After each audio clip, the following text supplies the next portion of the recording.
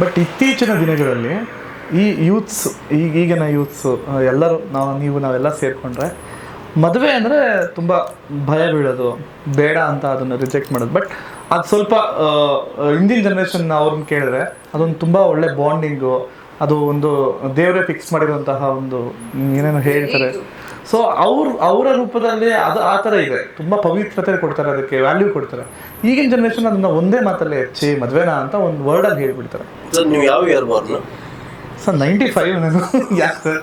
ಅಲ್ಲ ನಾನು ಫ್ಯಾಕ್ಟ್ ಹೇಳ್ತಾ ಇದ್ದೀನಿ ಅದು ಆಮೇಲೆ ಬರ್ತೀನಿ, ಸುಮ್ಮನೆ ನನ್ನ ಇನ್ಫಾರ್ಮೇಶನ್ ಇರ್ಲಿ ಅಂತ ನೆಕ್ಸ್ಟ್ ಸ್ಟೇಟ್ಮೆಂಟ್ ರೆಡಿ ಮಾಡ್ತಾ ಇದ್ದೀನಿ ಅದಕ್ಕೆ. ಅಂದ್ರೆ ನಿಜ ಅಲ್ವಾ ಅದು? ಈಗ ಯೂತ್ಸ್ ಒಂದು ವರ್ಡಲ್ಲಿ ಅಂದ್ಬಿಡ್ತಾರೆ. ಬಟ್ ಸ್ವಲ್ಪ ಹಿಂದಿನ ಜನ್ರೇಷನ್ ಅವ್ರನ್ನ ಕೇಳಿದ್ರೆ, ಸೊ ನಮ್ಮ ಅಪ್ಪ ಆಗಲಿ ಅವರು ತುಂಬ ಅದಕ್ಕೆ ವ್ಯಾಲ್ಯೂ ಕೊಡ್ತಾರೆ. ಯಾಕೆ ಹಂಗಾಗ್ತಿದೆ ಅಂತ ನಿಮ್ಮ ಒಂದು ಪಾಯಿಂಟ್ ಆಫ್ ವ್ಯೂ ಅಂತ ಕೇಳೋದಾದ್ರೆ? ನನಗೆ ಈಗಿನ ಜನ್ರೇಷನ್ ತುಂಬ ಸೆನ್ಸಿಟಿವ್ ಅಂತ ಅನ್ಸುತ್ತೆ.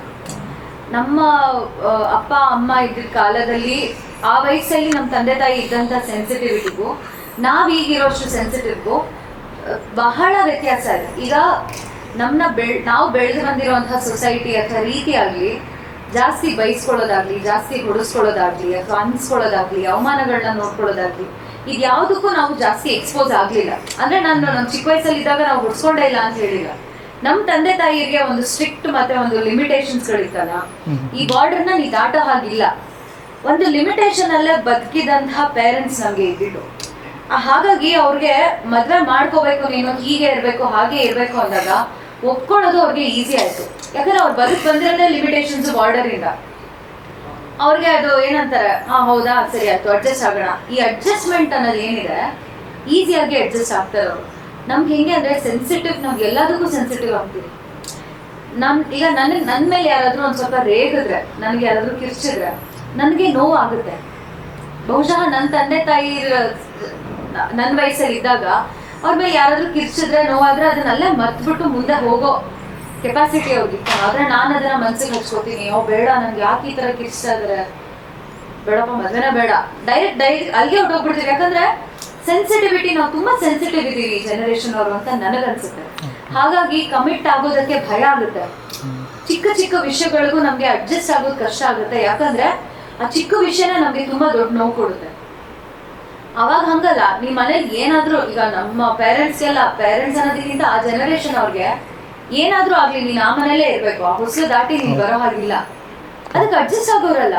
ನೀನ್ ಈ ಬಟ್ಟೆ ಹಾಕೋ ಹಾಗಿಲ್ಲ, ನೀನು ನಮ್ಮನೆ ಸಂಪ್ರದಾಯದ ಪ್ರಕಾರ ನೀನ್ ನಡ್ಕೋಬೇಕು, ಹೀಗಿರ್ಬೇಕು ಹಾಗಿರ್ಬೇಕು ಅಂದಾಗ ಅವ್ರು ಅದಕ್ಕೆಲ್ಲ ಅಡ್ಜಸ್ಟ್ ಆಗ್ಬಿಡೋರು. ತುಂಬಾ ನೋವು ಆಗ್ತಿರ್ಲಿಲ್ಲ ಅವ್ರಿಗೆ.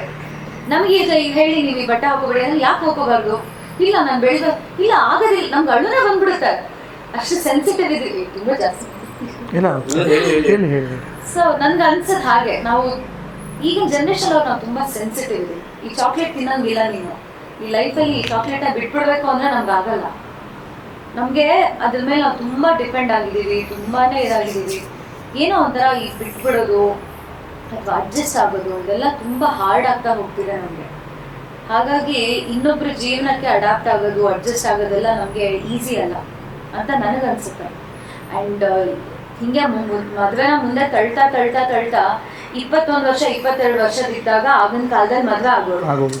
ಅವಾಗ ಏನಾಗ್ತಿತ್ತು ಅವ್ರಿಗೆಲ್ಲ ಅಂತಂದ್ರೆ, ಅವರು ಮಕ್ಕಳಾಗೆ ಇರ್ತಿದ್ರಿಂದ, ಈಗ ನಾನು ನನ್ನ ತಂಗಿ ಮತ್ತೆ ತಮ್ಮನ ಜೊತೆ ಬೆಳೆಯುವಾಗ ಒಂದೇ ಮನೆಯಲ್ಲಿ ಒಟ್ಟಿಗೆ ಬೆಳಿತೀವಿ, ಜಗಳ ಆಡ್ಕೊಂಡು ಇದು ಮಾಡ್ಕೊಂಡು. 30 ಆಗೋ ವರ್ಷದಲ್ಲಿ ನನ್ಗೆ ನಾನೇನೋ ಅನ್ನೋದು ಗೊತ್ತಾಗ್ಬಿಟ್ಟಿರುತ್ತೆ ನಮ್ಗೆ. ಈಗ ನನ್ನ ತಂಗಿ ಫ್ಯಾನ್ ಹಾಕೊಂಡು ಮಲಗ್ತಾ ನನ್ ಫ್ಯಾನ್ ಬೇಡ ಅಂತಂದ್ರೆ ನಂಗೆ ಅದು ಮ್ಯಾಟರೇ ಆಗೋದಿಲ್ಲ. ಬಟ್ ಈಗಿನ ಕಾಲದಲ್ಲಿ ಹೆಂಗೆ ಅಂದ್ರೆ, ನಿಮ್ಗೆ 30-31 ದಾಟದ್ಮೇಲೆ ನೀವು ಮದುವೆ ಆಗಿ ಅಂತಂದ್ರೆ ಅಡ್ಜಸ್ಟ್ ಆಗೋದಕ್ಕೆ ಆಗೋದಿಲ್ಲ. ಯಾಕಂದ್ರೆ ಆಲ್ರೆಡಿ ನಾವು ಬೆಳೆದು ಬಿಟ್ಟಿರ್ತೀವಿ, ನಮ್ದೇ ಒಂದು ಪರ್ಸನಾಲಿಟಿ ಅಂತ ಬಂದ್ಬಿಟ್ಟಿರುತ್ತೆ. ಅವ್ರ ಪರ್ಸನಾಲಿಟಿ ನಮ್ಮ ಪರ್ಸನಾಲಿಟಿ ಮ್ಯಾಚೇ ಆಗೋದಿಲ್ಲ ಅನ್ನೋ ಕಾನ್ಸೆಪ್ಟ್ ಇರುತ್ತೆ. ಹಾಗಾಗಿ ಮದುವೆ ತಳ್ತಾನೇ ಬರ್ತಾ ಇದೀವಿ ಅಂತ ನನಗೆ ಅನ್ಸುತ್ತೆ. ಗೊತ್ತಾ ಎಷ್ಟಾಗುತ್ತೋ ಅಷ್ಟೇ ಸೀರಿಯಸ್ ಆಗಿದೆ,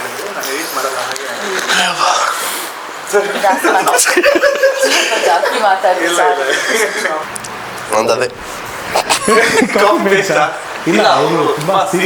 ಹೌದೌದೌದು. ನಂಗೆ ಆಮೇಲೆ ಅಟ್ ಅ ಪಾಯಿಂಟ್ ನೀವು ಮರ್ತೋಗ್ಬಿಟ್ಟಿದ್ದೀರಾ, ಕ್ಯಾಮರಾ ಇದೆ, ಇಂಟರ್ವ್ಯೂ ಅನ್ನೋದು ಮರ್ತೋಗ್ಬಿಟ್ಟಿದ್ದೀರಾ. ಏನೋ ಆರಾಮಾಗಿ ಏನ್ ಗೊತ್ತಾ, ಇರ್ಲಿ ಪರವಾಗಿಲ್ಲ, ಚಂದ ಅದು. ಅಂದ್ರೆ ಜನರಿಗೆಲ್ಲ ಕನೆಕ್ಟ್ ಆಗುತ್ತೆ ಬೇಗ. ಹೌದು, ಗೊತ್ತಾಯ್ತು. ಅಯ್ಯೋ ಎಷ್ಟು ಆಯ್ತಾ? ಆಯ್ತಾ ನಿಮ್ಗೆ ಶುರು ಆಯ್ತಾ? ಓಕೆ. ಏನು ಸರ್?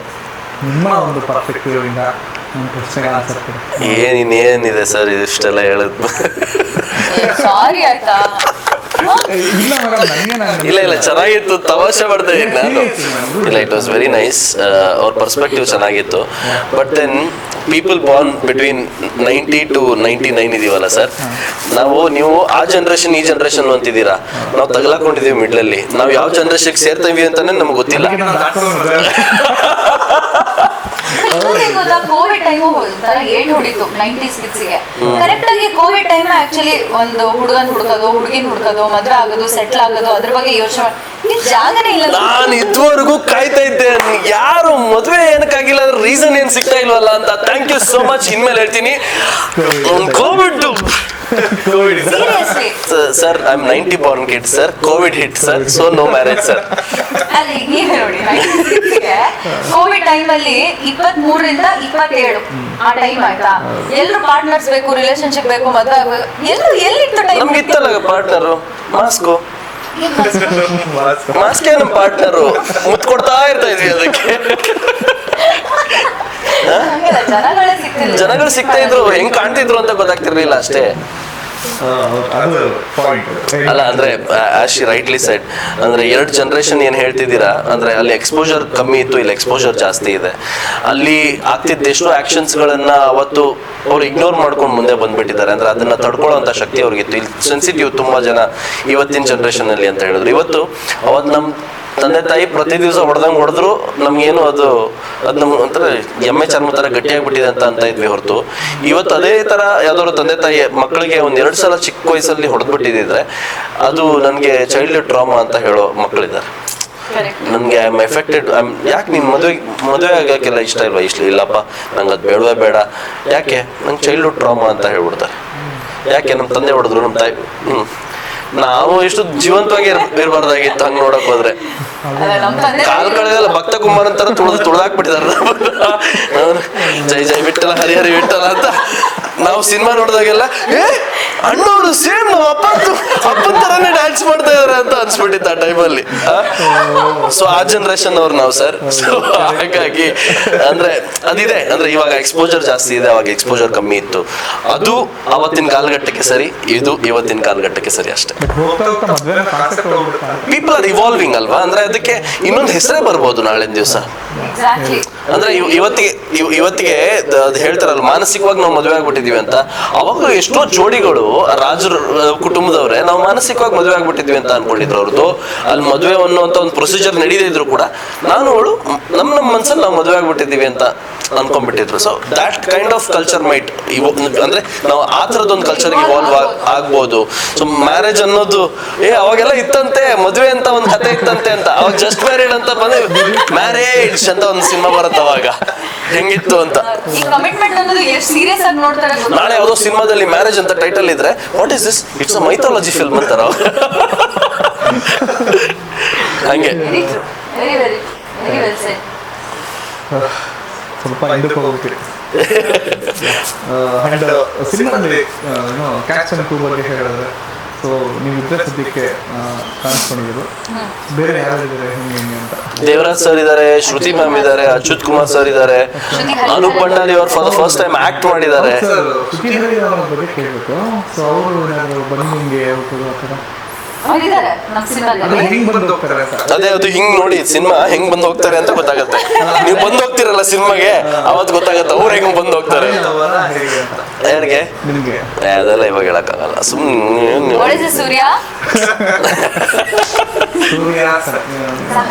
ಸಹನ. ಸೊ ಅದು ಇವಾಗ ಹೇಳಕ್ಕಾಗಲ್ಲ, ಅದೆಲ್ಲ ಬಿಡಬೇಡಿ ಅಂತ ಹೇಳಿದಾರೆ ನಮ್ಮ ಮೇಡಮ್, ಅಂದ್ರೆ ನಮ್ಮ officer madam. Super. And director and producer ಬಗ್ಗೆ ಮಾತಾಡಬೇಕು ಫೈನಲಿ.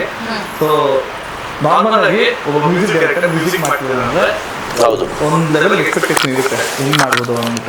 ಅವ್ರು ಹಿಟ್ಟನ್ನು ಕೊಡ್ತಾ ಬಂದಾಗ ಅವ್ರ ಜಾಸ್ತಿ ಎಕ್ಸ್ಪೆಕ್ಟೇಷನ್. ಅವರೇ ಸಿನಿಮಾ ಮಾಡಿದಾಗ ತುಂಬಾ ಪೀಕ್ ಕೊಡುತ್ತೆ. ಹೌದು, ಆ ಎಕ್ಸ್ಪೆಕ್ಟೇಷನ್ ಜಾಸ್ತಿ ಆಗುತ್ತೆ, ತುಂಬಾ ಜಾಸ್ತಿ ಆಗುತ್ತೆ. ಕೆಲವರು ಅಂದ್ರೆ ಹೆಂಗ್ ಮಾಡಿಬಹುದು ಅಂತ ಕೆಲವರು ಇರ್ತಾರೆ, ಕೆಲವರು ಹೆಂಗ್ ಮಾಡಿದಾರಪ್ಪ ಅನ್ನೋ ತರ ಹೌದು ಹೌದು. ಸೊ ನಿಮಗೆ ಅದೊಂದು ಪ್ರೆಷರ್ ಇದ್ದೇ ಇರುತ್ತೆ. ನಮಗೆ ಸಿನಿಮಾ ಒಪ್ಕೊಳ್ಳೋದಕ್ಕೆ ಒಂದು ಮುಖ್ಯವಾದ ಕಾರಣನೇ ಆ ಎಕ್ಸ್ಪೆಕ್ಟೇಷನ್. ಓಕೆ. ಈಗ ನೀವೇನು ಹೇಳ್ತಾ ಇದ್ದೀರಾ, ಇಷ್ಟು ವರ್ಷಗಳು ಎಂತೆಂಥ ಸಿನಿಮಾಗಳ ಮ್ಯೂಸಿಕ್ ಮಾಡಿರುವಂತಹ ಅಜನೀಶ್ ಲೋಕನಾಥ್ ಅವ್ರ ಪ್ರೊಡಕ್ಷನ್, ಅವ್ರ ಜೊತೆಗೆ ಇಷ್ಟು ವರ್ಷ ಅವರ ಬಿಸ್ನೆಸ್ ಪಾರ್ಟ್ನರ್ ಆಗಿರುವಂತಹ ಬಾಬಿ ಮೇಡಮ್ ಅವರ ನಿರ್ದೇಶನ ಅಂತ ಹೇಳಿದಾಗ ನಮ್ಮಲ್ಲೂ ಒಂದು ಎಕ್ಸ್ಪೆಕ್ಟೇಷನ್ ಹುಟ್ಕೊಳತ್ತಲ್ಲ, ಆ ಎಕ್ಸ್ಪೆಕ್ಟೇಷನ್ಗೆ ನಾವು ಕೂಡ ಈ ಸಿನಿಮಾನ ಒಪ್ಕೊಂಡಿರೋದು. ಅಂಡ್ ಅಂದ್ರೆ ನಮ್ಮನ್ನು ಎಳೆದಿದ್ದದು ಫಸ್ಟ್. ಅದಾದ್ಮೇಲೆ ಕತೆ ಕೇಳ್ತೀವಿ ಅಂಡ್ ಕತೆ ಬಗ್ಗೆ ಅವ್ರಿಗೆ ಎಷ್ಟು ಒಲವಿದೆ, ಎಷ್ಟು ಕನ್ವಿಕ್ಷನ್ ಇದೆ, ಯಾವ ಥರ ಮಾಡಬೇಕು ಅಂತ ಅನ್ಕೊಂಡಿದ್ದಾರೆ ಅನ್ನುವಂಥ ನಿಟ್ಟಿನಲ್ಲಿ ನಾವು ಒಪ್ಕೊಂಡಿದ್ದು. ಅಂಡ್ ದಟ್ ಎಕ್ಸ್ಪೆಕ್ಟೇಷನ್ ನಮಗೂ ಇದೆ. ಅದಕ್ಕೆ ನಾವು ಕೂಡ ವಿ ಆರ್ ವೈಟಿಂಗ್ ಅವತ್ತೇ ಸಿನಿಮಾ ನೋಡ್ಬೇಕು ಅಂತ. ಅದಕ್ಕಿಂತ ಮುಂಚೆ ನೋಡ್ತೀವೋ ಇಲ್ವೋ ಗೊತ್ತಿಲ್ಲ. ನಾವು ನೋಡಿಲ್ಲ. ಎಸ್, ನೋಡಿಲ್ಲ. ನಾವು ಸಿನಿಮಾನ ನೋಡಿಲ್ಲ.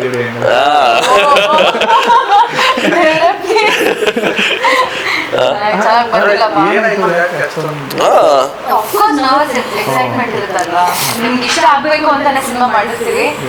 ಆ ರಿವ್ಯೂಸ್ ಹೆಂಗಿರುತ್ತೆ ಏನು ಅನ್ನೋದೇ ಒಂದು ಸಾಂಗ್ ಕೂಡ ರಿವ್ಯೂ ಮಾಡಿದ್ದಾರೆ, ಬಹಳ ಇಷ್ಟ ಆಯ್ತು. ಓಕೆ. ನನ್ನ ಮದುವೆ ಟೈಮಲ್ಲಿ ಸಾಂಗ್ ನಾನು ಯೂಸ್ ಮಾಡ್ತಿದ್ದೆ, ಲೇಟ್ ಆಗಬೇಕಲ್ಲ ಅಂತ ನೀವು ಅದು ವಿಡಿಯೋ ಮಾಡಿದ್ರಿ ಅನ್ಸುತ್ತೆ ಒಂದು ಅದ್ರ ಬಗ್ಗೆ. ಸಾಂಗ್ ಇದು ಮಾಡಿದ್ದಾರೆ. So and thank you so much. Thank you so much. Please ಆ ವಿಡಿಯೋ ತುಂಬಾ ಥ್ಯಾಂಕ್ಸ್. Yeah, ನನಗೆ ಅಂದ್ರೆ ಥ್ಯಾಂಕ್ ಯು ಫಾರ್ ಕ್ಯಾಪ್ಚರಿಂಗ್. ಹಿಂಗೇನೆ ಕ್ಯಾಪ್ಚರ್ ಮಾಡಿರೋದು ನೀವು ನಿಮ್ಮ ಅರ್ಧಾಂಗಿನ?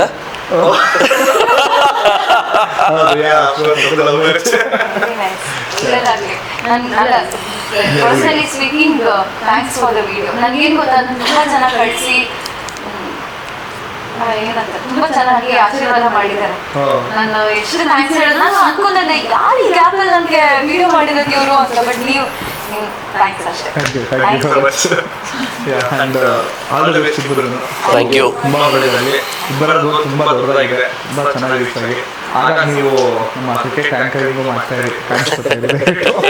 ನಮಗೆ ತುಂಬ favourite. Sir all the best. Maybe Kantara ಕೂಡ ಇದ್ದೀರಾ ಅಂತ ಅನಿಸಿದೆ. So all the best. Thank you so much. Madam ಸ್ವಲ್ಪ ಇವರು ಕ್ರಿಕೆಟ್ ಅದನ್ನೆಲ್ಲ ನೋಡೋ ಸ್ವಲ್ಪ ಕಮ್ಮಿ ಮಾಡಿಸಿ ಮೇಡಮ್, ಇವ್ರದ್ದು ಸ್ವಲ್ಪ ಜೋಕ್ತನ. ನೀನು ಮದುವೆ ರೆಡಿ ಆಗಿದ್ದಾರೆ ಅಂಕಿತಾ ಅಮರ್ ನಮ್ಮ ಸಂಖ್ಯೆ ಅವರು. ಸೊ ಇಬ್ಬರಿಗೂ ಒಳ್ಳೆಯದಾಗಲಿ. ಹಾಗಾದ್ರೆ ಜಸ್ಟ್ ಮತ್ತೆ ಸೂರ್ಯ ಅಂತ ಹೇಳಿ ಅದು ಹೆಂಗೋ ತೊಂದರೆ ಇಲ್ಲ, ಅದು ಎರಡು ಪಾತ್ರ ಮಾಡಿರೋರು ನಾವೇ ಅಲ್ವಾ. ಹಂಗೆ ಹೇಳಿ ಸರ್, ಚೆನ್ನಾಗಿದೆ ಹೇಳಿ. ಸೊ ನಾವು ಮದುವೆಗೆ ಕಾಯ್ತಾ ಇದ್ದೀವಿ, ಹೋಗೋಕೆ ಇನ್ವಿಟೇಷನ್ ಕೊಟ್ಟಿದ್ದಾರೆ ನಮಗೂ ಕೂಡ. ಸೊ ಆಲ್ ದಿ ಬೆಸ್ಟ್ ನಿಮಗೆ ಇಬ್ಬರಿಗೂ. ಆಮೇಲೆ ಚಿಕ್ಕದೊಂದು ಕೊಟ್ಟಿದೆ ನೋಡಿ, ಅದು ಬೀಗ್ ರೂಟದ್ದು, ಮಿಸ್ ಮಾಡಬೇಡಿ, ಬರಲೇಬೇಕು. Yes yes yes yes. ಏನ್ ಬೇಡ ಅಷ್ಟೇ ಸಾಕು.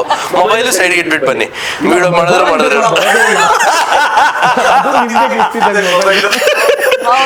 S. Okay, thank you so much. All the best sir. Thank you so much. Thank you. Thank you. All the best.